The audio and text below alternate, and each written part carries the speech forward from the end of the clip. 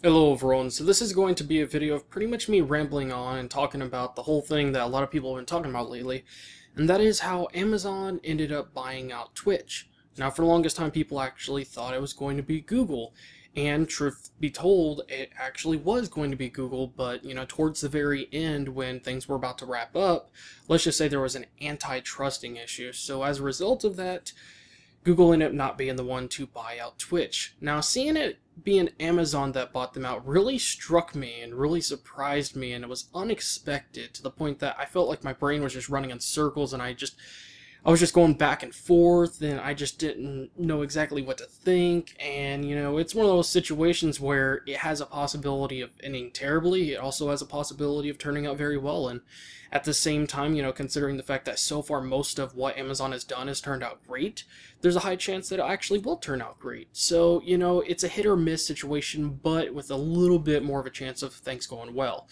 Now, one of the things that I definitely think that Amazon's going to be doing, and I don't know the extent or how much of it they are going to be doing, but they're going to be looking for other ways to be able to monetize and actually be able to make money off of Twitch and that kind of stuff. Because they just spent, over $1 billion, buying out Twitch, so they're going to have to figure out some way to get some of that money back.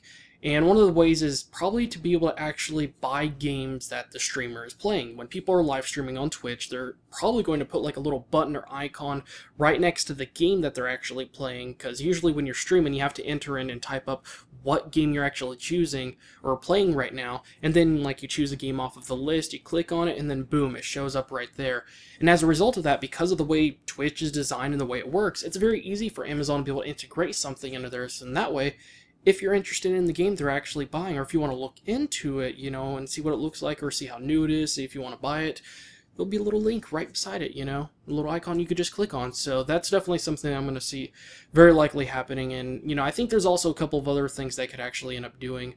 One of those things, possibly just integrating more ways for people to actually be able to get a little kickback and a little bit extra money as a live streamer.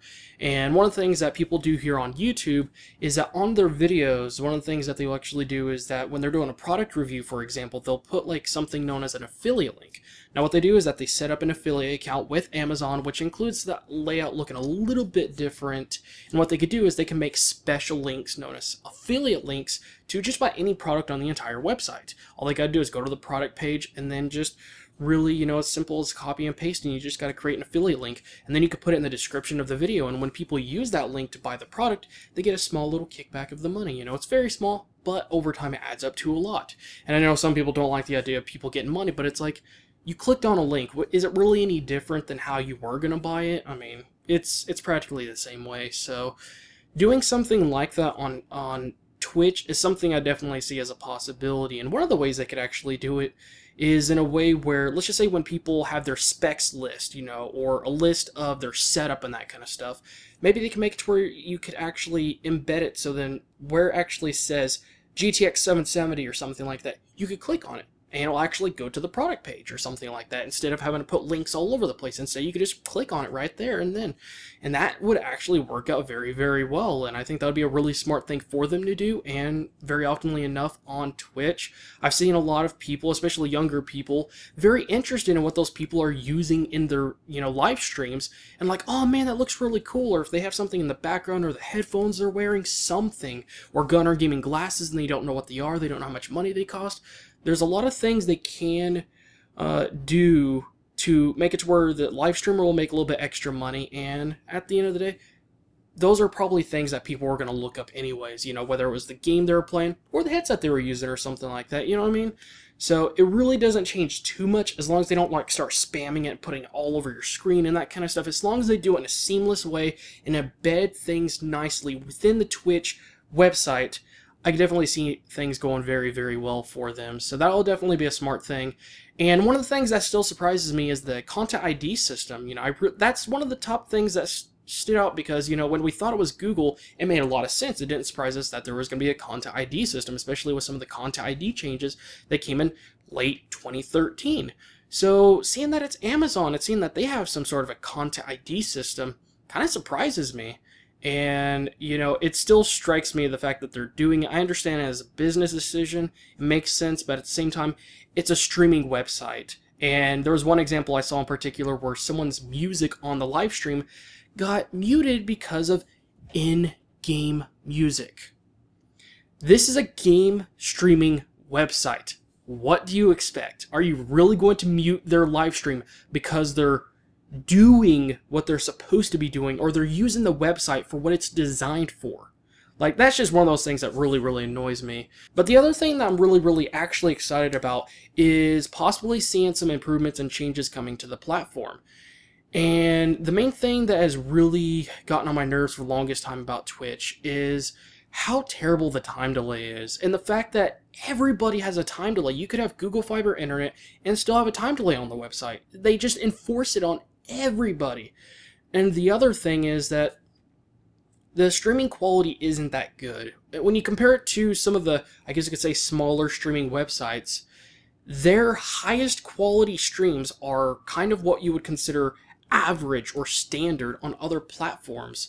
And when I see a live stream and it says 720p 60 FPS, it looks like it's 40 or 45 FPS. It doesn't look like 60, it looks like 40 or 45. And, you know, it's just one of those things that really bugs me, and I wish, you know, things just looked nicer. There was no time delay, or there technically can't be no time delay. It's just not possible because you're still sending information from one place to another. But if it was within 5 or 10 seconds, that would be pretty nice. You know what I mean? I don't want it, because I really hate the fact that sometimes by the time you ask a question to someone and by the time the streamer reads it, you and the people in the chat are probably talking about a completely different topic by the time he reads it. So it can be extremely annoying. And, you know, Amazon is one of those companies that honestly I think would be one of the best companies to change and upgrade the servers and infrastructure that keeps Twitch running. And the reason I say that is because whether you knew this or not, Amazon servers are used in a lot of very commonly known services that are used on the internet, whether it's audiobook.com or if it's Netflix. Yeah, actually Netflix. Netflix is ran by Amazon servers. So seeing how very well known and how commonly used their servers are used on very big and well-known services on the internet as a whole, it makes me think that, wow, if any company is going to make a big improvement on the technology side of things, getting better servers and stuff like that, Amazon is certainly in the top of the list. And I'm hoping that they do change it, as long as they don't change too much about it or something. Because I think that could definitely make a very big difference. Because even though it's a very, very big website, there are so many smaller websites that have 5 times better streaming quality. They look like truly 60 FPS. They have time delays as little as like 1 or 2 seconds. And, you know, it could be better. And since they got a big company backing them up, not quite as big as Google, but definitely a big company, they definitely should be able to do more.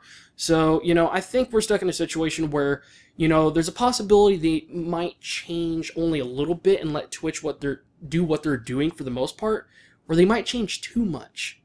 And that's where I'm a little bit nervous, you know, because I feel like they can change things too much.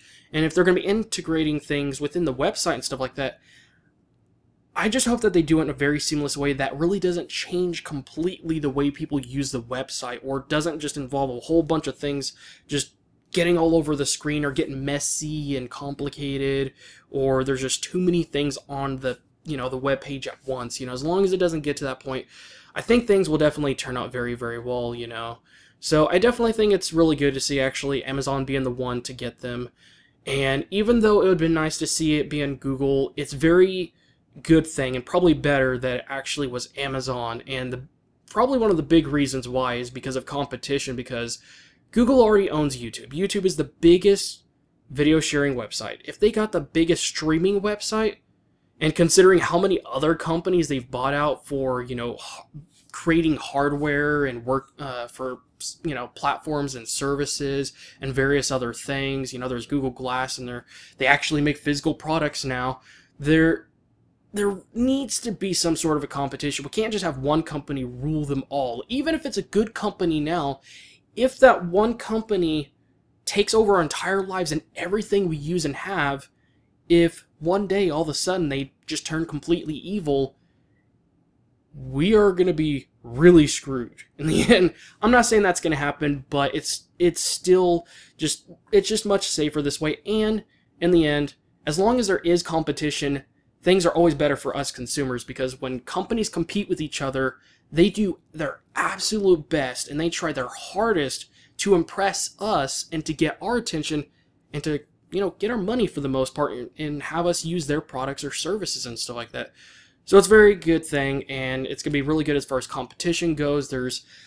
It's a little bit less risky, and there's lesser of a chance things getting really, really bad. So I'm really happy to see this actually go through. Let me guys know what you think in the comment section below.